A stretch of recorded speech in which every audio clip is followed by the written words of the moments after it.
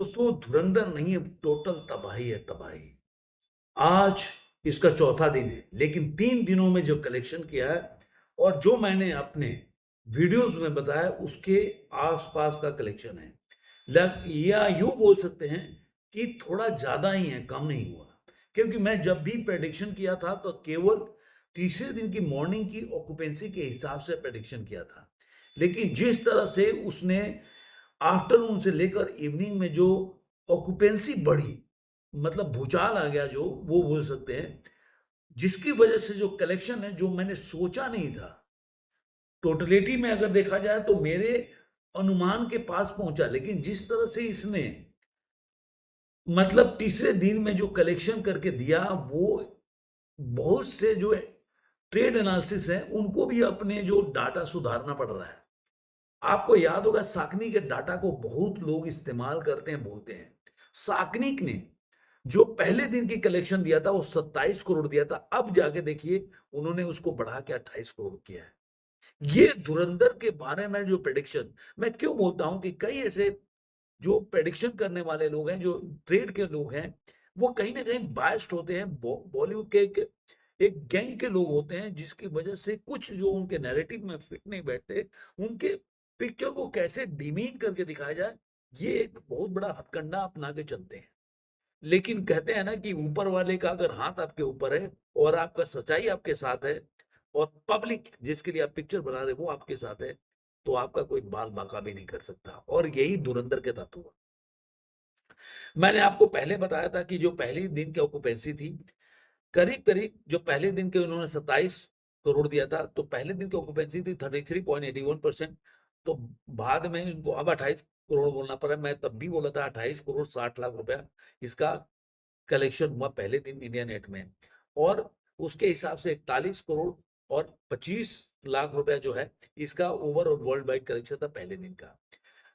उन्होंने 40 करोड़ का सैकनिक ने डाटा दिया था, उनको भी अब सुधारना पड़ रहा है। उसके बाद दूसरे दिन की ऑक्यूपेंसी में जंप आया और करीब करीब 6% का जंप। अगर उसको परसेंटेज में देखेंगे तो 15.73% का जंप है। तो इस तरह से जो उसकी कलेक्शन हुआ, जो 2860 था वो 33 करोड़ 10 लाख रुपया हो गया। अब 2 दिन की जो कमाई हो गई इंडिया नेट का 61 करोड़ 70 लाख रुपया, ग्रॉस हो जाता है 74 करोड़ 4 लाख रुपया। और ओवरसीज से इसने 2 दिनों में कमाया 18 करोड़, तो 92 करोड़ 4 लाख रुपया हो जाता है 2 दिन में वर्ल्ड वाइड कलेक्शन। अब आता है तीसरा दिन। तीसरे दिन में ये मूवी ने जो ऑक्यूपेंसी थी वो 53.47% की थी ओवरऑल, जिसमें मॉर्निंग की 27 जो पहले दिन और दूसरे दिन दोनों को पीछे छोड़ दिया 27.08%।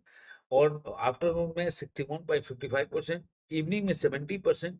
और नाइट में जानता है कि मंडे को सारे ऑफिसेस चालू हो जाते हैं तो 54.97%, मानी कि 55%।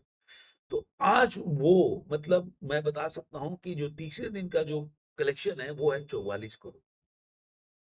साकनी का भी 42 करोड़ के आसपास दे रहे हैं। मैं मेरा हिसाब से 44 करोड़ के आसपास इसका कलेक्शन हुआ है, जो मैं सोर्सेस के साथ। और इसका अब जो साकनी के हिसाब से जो 103 करोड़ के आसपास इसका इंडिया नेट का कलेक्शन है, मैं बोलता हूँ 105 करोड़ और 70 लाख रुपए का कलेक्शन है। इसका ग्रॉस हो जाता है 126 करोड़, जो साकनी के हिसाब से ग्रॉस हो जाता है 123 करोड़। 21 करोड़ ये ओवरसीज से कमाती है, 147 करोड़। मैंने कल क्या बोला था, 146 करोड़ के आसपास होगा। मैंने अपने दूसरे चैनल में इसके बाद वीडियो बनाया था रणधीर सिंह पे, मैंने थंबनेल भी 150 करोड़ का बना के दिया था, आप जाकर देख सकते हैं। तो 147 करोड़ 3 दिन में कमाना।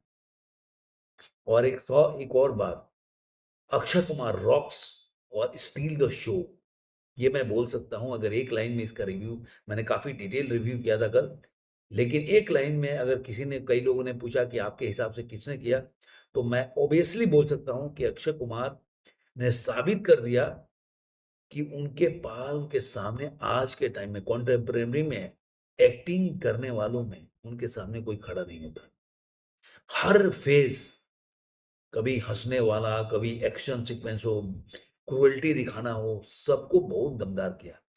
जो आप छावा देखेंगे तो उसमें जो औरंगजेब का किरदार किया था, बिना डायलॉग ज्यादा बोले जो एक्सप्रेशन होता है, वो कहीं ना कहीं अक्षय खन्ना जो है बहुत लोग को पीछे छोड़ देते हैं आज के टाइम में।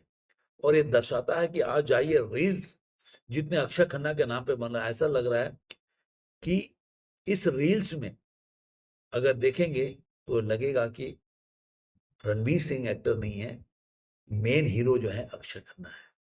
और कई लोग तुलना बॉबी देओल से कर रहे हैं, लेकिन बॉबी देओल, मैं सही बात बोलूं तो बॉबी देओल का जो एनिमल का रोल है वो कहीं नहीं टिकता। एक फ्लैट उनका एक्शन है, जो रोल है उसमें, और वो क्रुएल्टी में क्या दिखाता है, महिला के साथ थोड़ा सा दुर्व्यवहार करते हैं वो दिखाता है, बाकी कोई ऐसा क्रुएल्टी नहीं दिखाता। लेकिन अक्षय खन्ना का रोल काफी कॉम्प्लेक्स है, कभी हंसते हुए कभी डांस करते हुए, लेकिन उसके बावजूद भी क्रुएल्टी दिखती है। और कई बार तो आपको उस कैरेक्टर से लगाव सा लगने लगेगा।